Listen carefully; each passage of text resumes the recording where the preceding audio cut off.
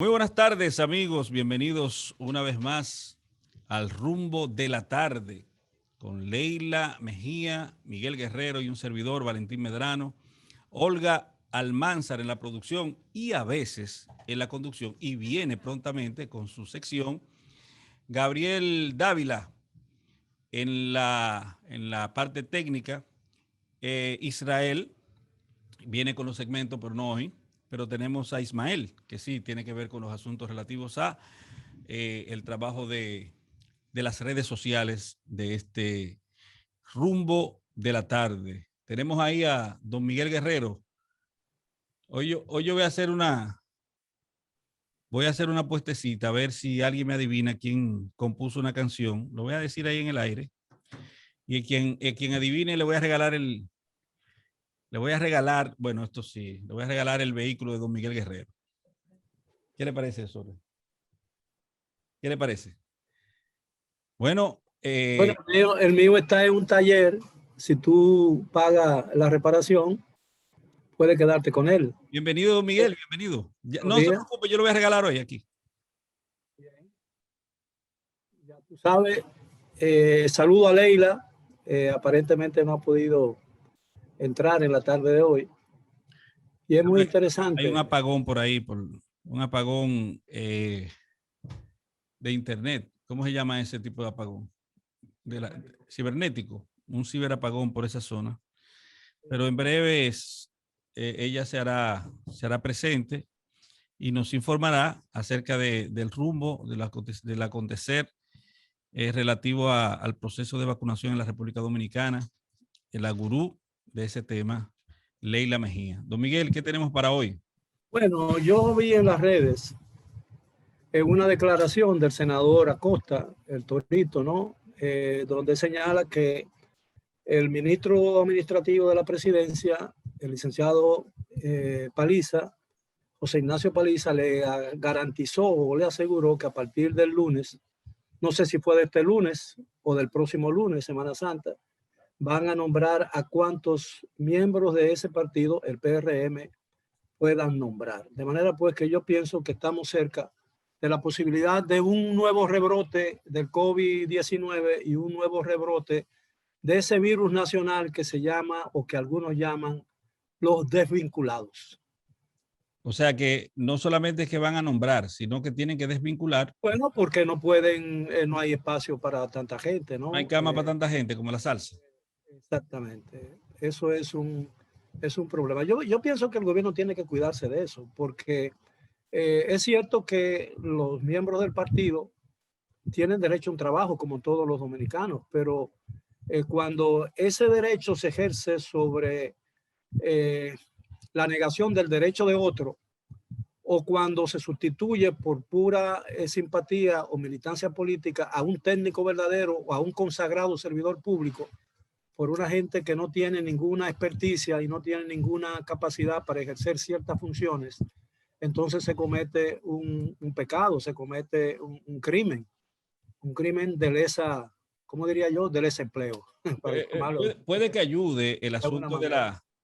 la planilla pública, de la nómina pública, puede que ayude en las intenciones electoreras del partido que ocupa el gobierno, el ejecutivo, y que por vías de consecuencia es el empleador más grande en la República Dominicana. Puede que eso ayude, pero en definitiva no decide elecciones, porque si así fuera, el PLD fuera el gobierno en la actualidad, porque la planilla de empleados, la nómina de empleados públicos, no decidió, tal vez ni siquiera incidió en el resultado electoral que trajo al traste, que dio como resultado que el Partido Revolucionario Moderno sea el partido de gobierno en la actualidad. Es entendible, sin embargo, don Miguel, es entendible, sin embargo, las aspiraciones legítimas que tienen personas dentro de ese partido político que por muchos años se han dedicado solamente a cultivar, a forjar, a luchar porque ese partido llegue al gobierno. 20 años aproximadamente fuera del gobierno en los últimos 20 años. Bueno, no, 16 en los últimos 20 años. Y hay personas que pudiendo hacer otras cosas, que pudiendo dedicarse a hacer otras cosas, se han empleado a medias para subsistir y dedicarle la mitad de su vida a la labor política en ese partido. Por vías de consecuencia, yo creo que sí, hasta cierto punto, sus procuras encuentran hasta cierto punto asidero. No así, en lo que yo no estaría de acuerdo, es que lo que se ha avanzado en términos de tecnificación del Estado, personas que realizan una labor eminentemente técnica, sean sustituidos por otras personas que no tienen la calificación por el simple hecho de que estos no fueron de las personas que hicieron causa común desde el punto de vista político con las procuras políticas, valga la redundancia, del partido de gobierno. No sé si usted coincide conmigo en algún punto de estos. Bueno, no solamente calificación técnica, también eh, el derecho que tiene un servidor público a seguir ejerciendo una función y a ganarse la vida independientemente de cuáles sean sus simpatías políticas. Mira, déjame yo, si tú me lo permites, déjame decirte algo. Hay un sino detrás del PRM, porque cuando el partido se dividió, la división del PRD en diferentes etapas de las últimas 40 o 50 años de la vida nacional. ¿Qué es un sino, don Miguel? ¿Una maldición? Una marca, ¿no? Una marca, un sino que tú una llevas. Tara, un estigma. Que tú llevas, que tú cargas contigo. Sí. Es decir, en el gobierno de Juan Bosch, que duró 7 meses, había lo que se llamó entonces una aplanadora. Ahí llegaron y arrasaron a todos los que pudieron llevarse. El resultado lo mismo. Balaguer respetó el servicio público, el servidor público. Si bien sus colaboradores tuvieron privilegios frente a otros, pero Balaguer siempre respetó la calidad del servidor público. Y una prueba de ello era que los técnicos del PRD y los técnicos que fueron figuras claves en su momento del PLD eran funcionarios todos del secretariado técnico de la presidencia, del Banco Central y todo eso. Si tú te pones a analizar la vieja guardia hoy en día del Partido de la Liberación Dominicana, esa guardia que tiene que echarse ya a un lado porque cumplió su función y dejarle paso a esa nueva generación que comenzó a brillar a partir del último congreso del partido, que se celebró recientemente. Esa gente se formaron técnicamente en posiciones durante el gobierno de Balaguer. Después vino el gobierno de Antonio Guzmán. No, después vinieron los dos gobiernos del PRD del 78 al 86. Y esa gente se devoraron a sí mismos, ¿no? Era como una serpiente de 7 cabezas que se devoraba a sí mismo. Porque se hicieron la vida imposible entre ellos. Y hoy en día, en el 2004, en el penúltimo gobierno, en el último gobierno del PRD, que hoy se llama PRM, ocurrió prácticamente igual. Es decir, era solo para un grupo de personas y todo era para un partido. Yo creo que eso es un error fundamental. Y yo recuerdo perfectamente que cuando yo ejercía las funciones de director de INAZUCA, los jóvenes y los muchachos que llegaron ahí conmigo después del triunfo de Balaguer en el 1986, me llevaron una lista de personas que había que cancelar supuestamente en el Instituto Azucarero. Y había un chofer que tenía como 30 años que estaba solamente esperando su pensión. Y había dos miembros del conserje, una que cuidaba el edificio los fines de semana y otra que limpiaba el piso.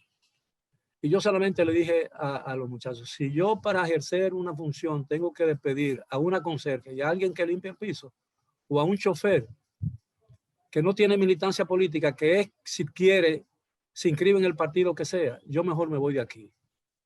Es decir, porque tiene que tener, el gobierno no es para aquellos que lo hicieron posible solamente, es para un país.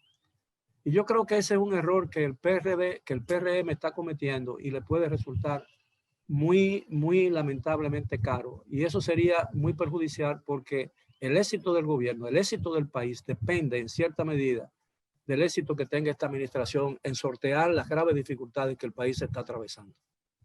Bien, perfecto.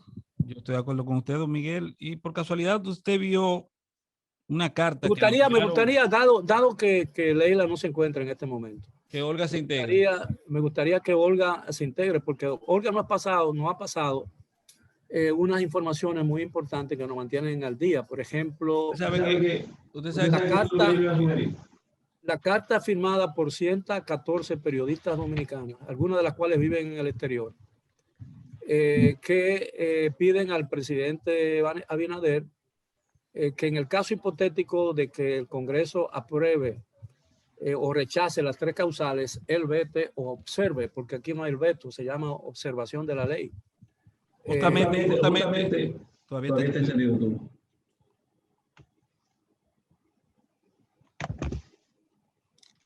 Disculpe, don Miguel, un problemita técnico. Aún. Ahora sí. Decía que hay una carta que le envían un grupo de periodistas al 114 periodistas. 114 periodistas. Y por la influencia que esa periodista, algunos de los nombres que aparecen ahí, tienen con el presidente, es casi seguro que lo que ella solicita va a ocurrir.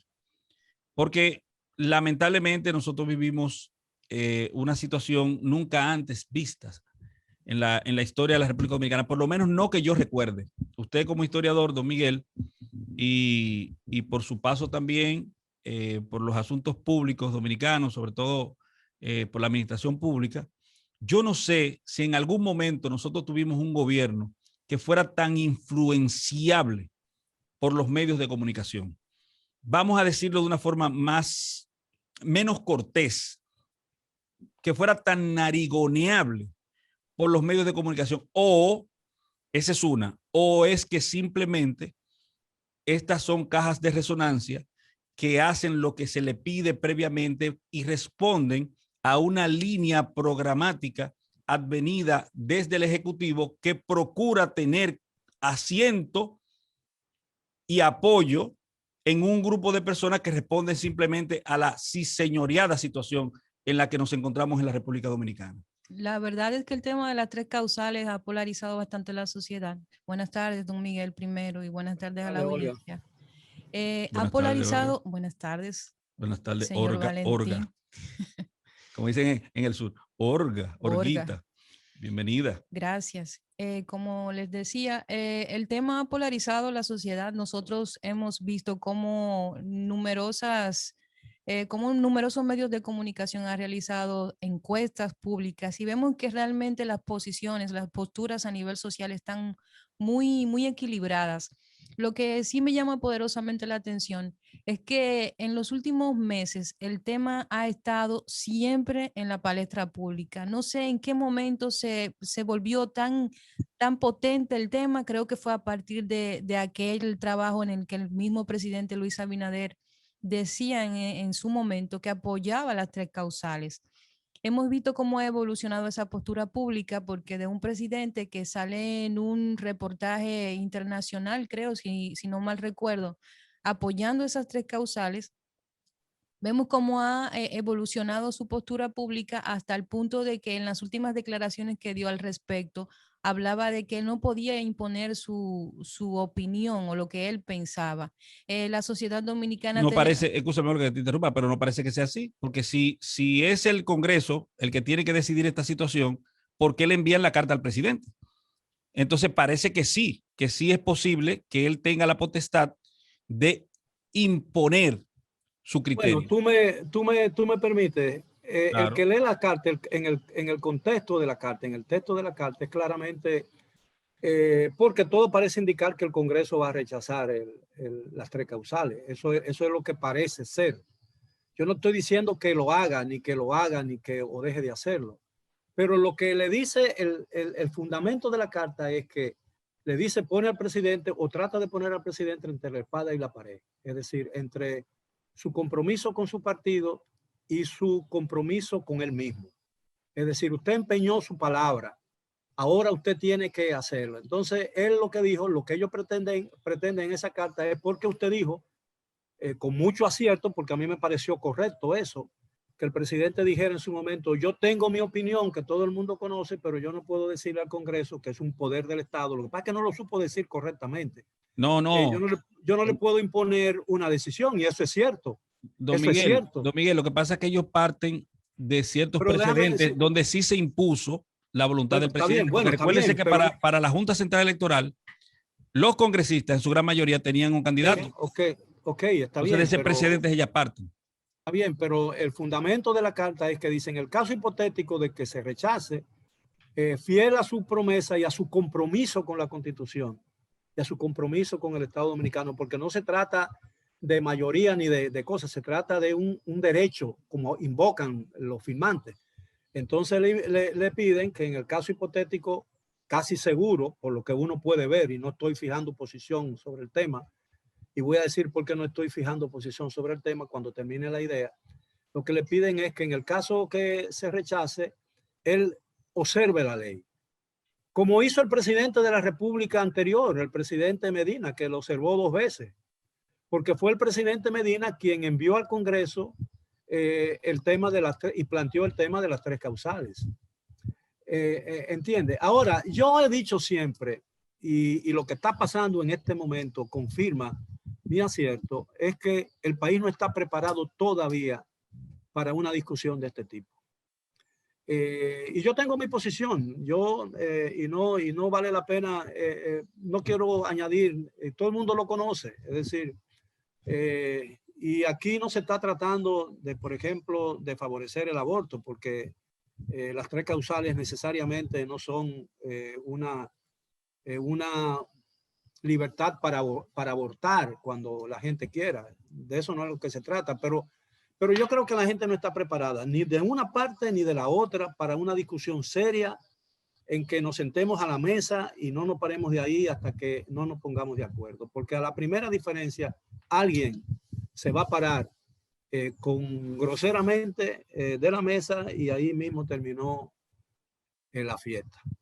Esa Bueno, es la verdad. yo no veo las firmas ahí, no las veo como signante a Alicia Ortega ni a Nuria Piera. Bueno, pues ya. No, pero la verdad es que si uno revisa los nombres y uno conoce bien los medios de comunicación, están de las periodistas que más tiempo tienen en el medio, de diferentes medios de comunicación, de periódicos muy importantes, de periódicos que son el referente para muchos de las personas que trabajamos en estos medios y personas que tienen también un peso moral bastante poderoso en la sociedad. O sea que el Pero documento no más se moral que tuyo, reviste. ¿verdad? No más moral que tuyo. No puedo decir eso. Porque diga la posición suya con respecto a esta Todo, carta. todo el mundo conoce mi posición, Sí, pero que es hay todo lo algo. contrario a esto, ¿verdad? Sí, hay algo que yo tengo que entender. Yo respeto muchísimo la lucha que llevan a cabo todas esas mujeres, porque están defendiendo algo en lo que creen, ya que la discusión de fondo tenga que ver con si uno está o no de acuerdo con las posturas. A mí, por ejemplo, me parece sumamente egoísta una postura de que es mi cuerpo, yo hago con mi cuerpo lo que quiera. Entonces, eso significa que en un caso extremo, llevando esa forma de pensar al extremo, yo puedo embarazarme las veces que yo quiera y por tanto, si las veces que yo quiera abortar, como mi cuerpo es mío, entonces yo puedo abortar. Eso para mí es una postura que no debería utilizarse como argumentación para defender las 3 causales. Mira, déjeme decirle algo. Yo no soy el más indicado para intervenir porque este es un asunto, pero quiero ¿Por qué con las no? dos ¿Por qué no, personas, don Miguel? Pero no, claro que con las dos sí. personas que tú mencionaste, que no firman, que no aparecen firmando. Déjame decirte algo. Alicia es muy católica. Yo la conozco. Soy amigo de ella. Y soy amigo de la familia. Su padre es una persona muy vinculado a la Iglesia Católica. Él creo que es sacristán, algo parecido, no sé, en la iglesia. De manera pues que una persona de sus convicciones le resulta muy difícil apoyar un movimiento de ese tipo. Y yo no lo estoy haciendo invocando una defensa de la amistad que yo tengo, porque tengo mucho tiempo que no hablo ni con Fernando ni con Alicia. Y ellos, para decirte algo, a mí me votaron del programa. Me votaron. ¿Entiendes? Entonces yo no tengo, pero yo Pero tengo lo que sigues queriendo, ¿verdad? soy amigo de ellos, ¿no? Y sé que y respeto a Alicia como profesional del Te periodismo. sigo queriendo. Y déjame decirte, y respeto a Fernando por lo que hace. Creo que poca gente en este país hace lo que Fernando hace tan bien como él lo hace.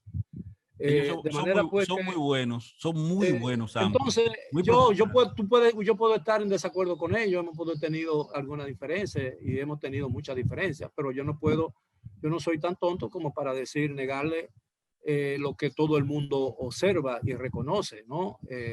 Con relación a Nuria, no sé, porque ella no lo firmó. Ahora, hay muchos periodistas que tienen, yo siempre he querido, de esos movimientos de firma, como yo soy un periodista que todavía está activo y escribe en un periódico, una columna, a veces me resulta difícil endosar un documento, incluso en el que yo estoy de acuerdo, porque como que me impide actuar imparcialmente o con objetividad en la discusión del tema, ¿entiendes? Porque estaría defendiendo, en un caso particular, en una posición que yo he esgrimido públicamente. Entonces, a lo mejor ese es el caso de Nuria, no sé. Y también puede ser el caso de Alicia, en adición a lo que ya yo he dicho. Yo creo que como sociedad uno está muy acostumbrado que cuando uno se encuentra a extremos de una discusión, cuando se encuentra uno a favor y los otros en contra, la discusión siempre tiene que ser hostil y desde el punto de vista de quitarle mérito a la lucha del otro. Yo creo que es completamente válido que cada quien asuma una postura. No estoy de acuerdo con que cuando una persona hace pública su opinión, estoy en contra de las 3 causales, la gente entiende que tiene que disculparse por eso. Y del otro lado también entiendo que cada quien puede asumir una postura sobre el tema y respetar la postura en contra de alguien más. Yo, como reitero, conozco muchas de las personas que firmaron la carta, respeto la lucha que tienen. Para mí merecen todo el respeto, que estén luchando en aquello por lo que creen, que tengan su campamento montado exigiendo ciertas reivindicaciones a nivel del tema de las 3 causales, pero eso no quita que yo tenga una posición contraria. Sin embargo, respeto la posición que cada quien quiera asumir al respecto. Mira, Olga, en eso yo te doy total razón. Mira, aquí hemos perdido el sentido de una discusión seria. Por eso muchas veces en asuntos fundamentales no alcanzamos a llegar a ningún sitio.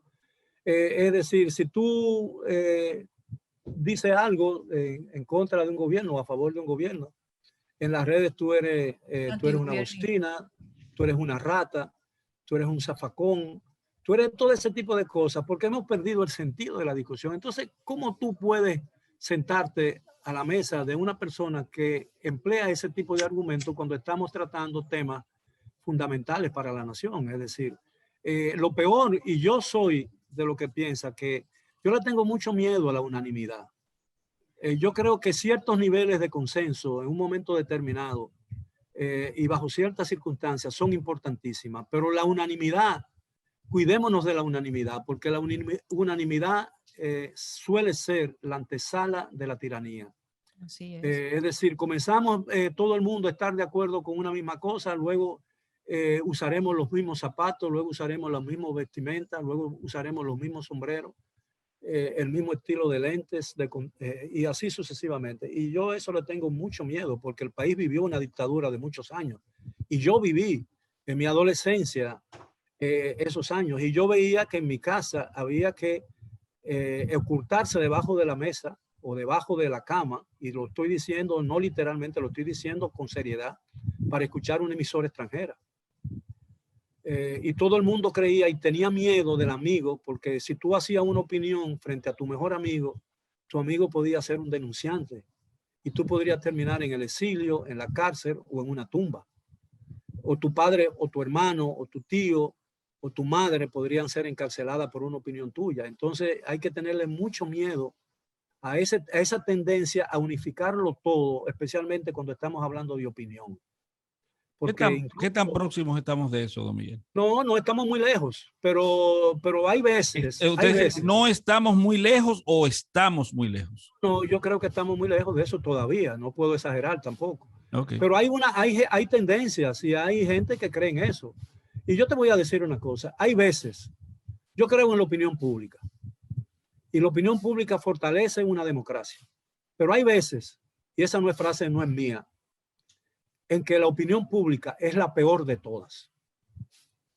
Y nos aproximamos a ese estadio y opinión pública. Lo que pasa es que después que la masificación de todos estos asuntos de redes sociales, la masificación de los medios digitales, todo el mundo tiene una tribuna, todo el mundo se cree un todólogo, todo el mundo, y está bien que la gente pueda opinar sobre lo que quiera, pero no hacerlo desde un punto de vista de que la mayoría debe asumir que es un experto quien habla.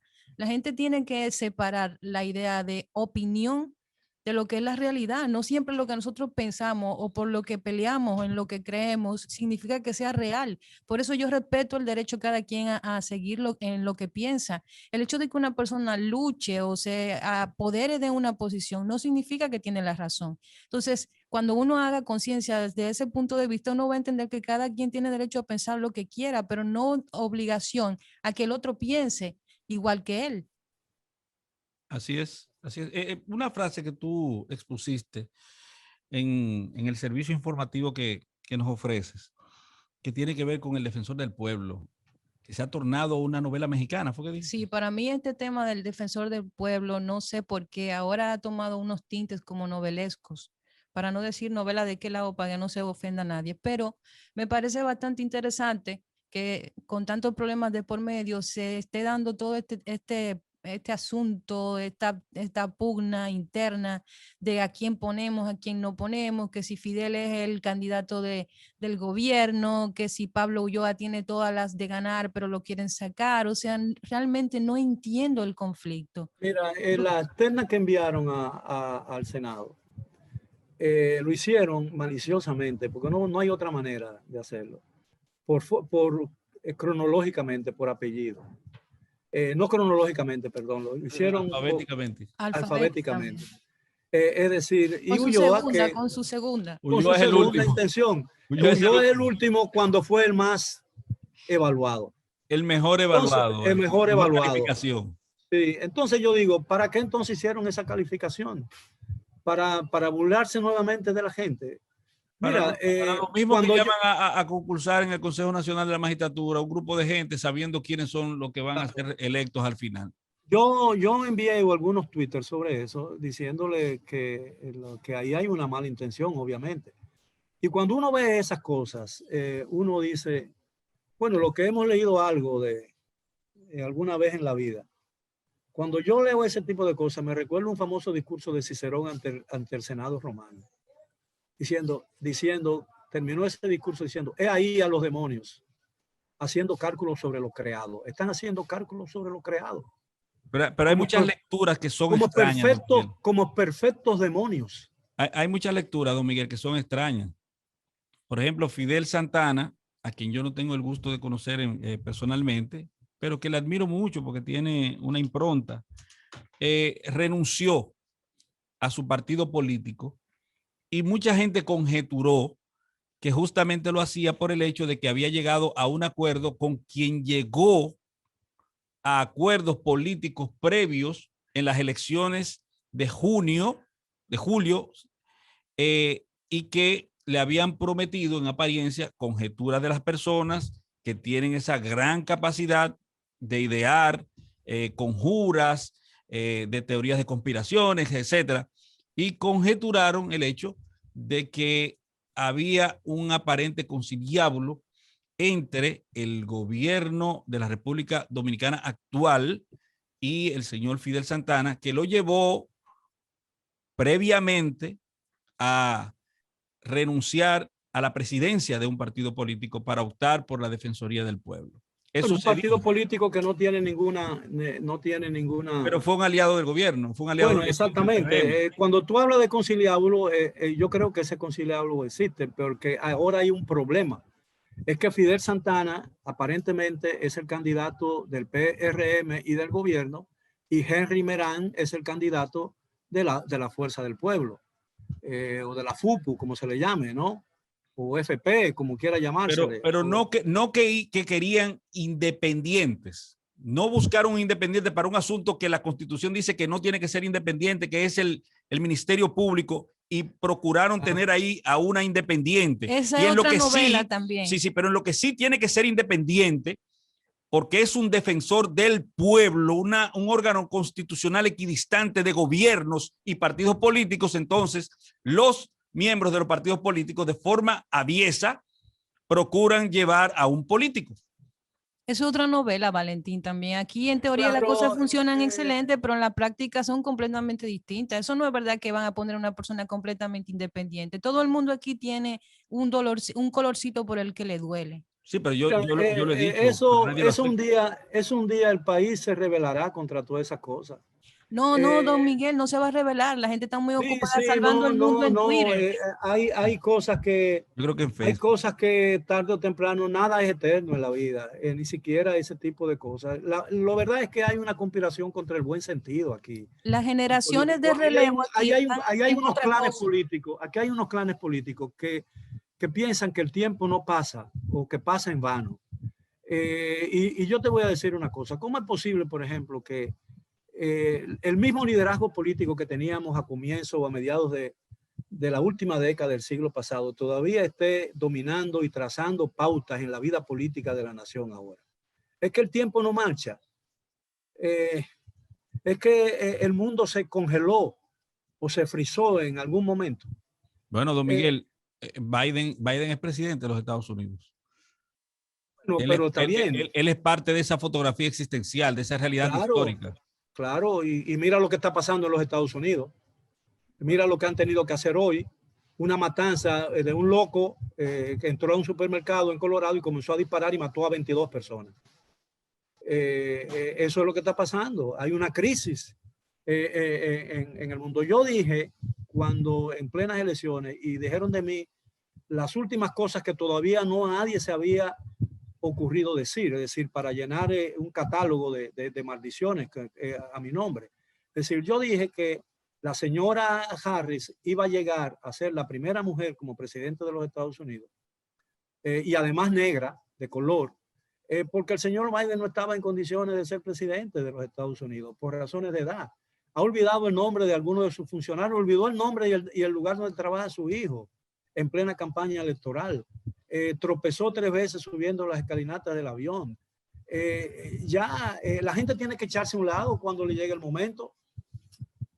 Bueno, yo lo que creo... Especialmente si es político, porque nosotros, por ejemplo, tú puedes, cuando yo tenga 115 años, por ejemplo, si llego a 115 años, Dios quiera que no, es decir, yo puedo seguir hablando tonterías en este programa o en cualquier otro programa, pero si tú entiendes que es una tontería, tú coges y cambias del canal y no le hace daño a nadie. Y yo puedo escribir lo que yo quiera en mi columna del periódico. Si no te gusta como yo escribo, no la lees. Pero no es lo mismo cuando es un presidente de la República o un líder del Congreso, porque las decisiones que toma un presidente de la República, te guste o no, y las decisiones que tome un Congreso, te guste o no, van a afectar tu vida y la de mucha gente, o la de todo el mundo. Lo que yo creo que nosotros no podemos... Esa es la diferencia. De acuerdo. Esa es la diferencia. No podemos estar repitiendo errores que criticamos, porque una de las grandes críticas que se hizo al gobierno recién pasado fue justamente lo que tenía que ver con la politización de cuerpos u órganos constitucionales que estaban llamados a ser independientes, no al Ministerio Público. El Ministerio Público no está llamado a ser independiente. No lo dice el artículo 170 de la Constitución, ni lo dice nadie. Y es más, si alguien se podría, eso yo nunca lo he dicho, atención, Olga, si alguien puede vanagloriarse entonces de la independencia del Ministerio Público es el PLD y no el PRM, porque la única ficha que puso el PRM fue la cabeza, pero sigue siendo el mismo Ministerio Público del gobierno anterior. Es decir, que si es independiente, eso es factura del gobierno anterior. Dígamelo. Valentín, ya nuestro invitado, nuestro querido amigo Elías Cerulle, tiene tiempo a la espera. Tiene muchas cosas que decir. Ha pasado de un partido a otro, acaba de regresar de Turquía. Es una estrella ese hombre. Donde fue, creo que el primer embajador con presencia en Turquía. Turquía es un gran país, es un aliado. Vamos al cambio entonces. Es un aliado de la OTAN, no es miembro de la Unión Europea por el tema de los derechos humanos. Pero es un país interesante y Estambul está considerada, no es la capital es Ankara, pero Estambul está considerada como una de las ciudades más hermosas. Ojalá que Ankara no sea muy Ankara. Y el Bósforo, tú de un lado está Europa y en el otro lado de la orilla está el otro continente. Bueno, Gabriel, vamos al cambio y cuando regresemos tenemos nada más y nada menos que a Elías Cerrulle, una de las personas que más ha incidido en la política y en la vida pública dominicana en los últimos años.